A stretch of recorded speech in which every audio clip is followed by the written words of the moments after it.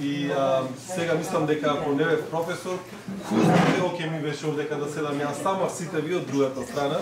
Ама за среќа искуството мое е такво што обично моите часови се со по колку сте овдека можда 13 души, со по едно 20 пати поиќе ученици. И обично не седам на столчето, туку сум на подиум и зад мене имате огромен екран. И сега ви опишам ученицата моја, значи ми е незгодно да ќе им бакат Богу. Сакам прво да се заблагодарам на Вики за организирањето на ова пред се надевам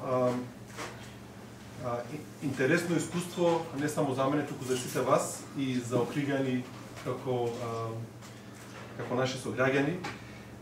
Исто така на Оливер за едно вакво приубаво место кое до денеска, до прво кога снимавме интервјуто, не знаев дека постои и среќен сум што уште постојат луѓе што од камен, од дрво, од пластика може да направат нешто вакво. Свртете се околу вас, јас сум фасциниран.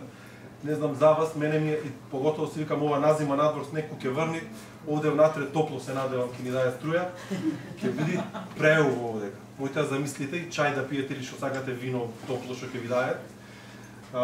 Би било овде преубаво. И друго, кај се свртите ќе најдете нешто, јас најдов две работи овдека.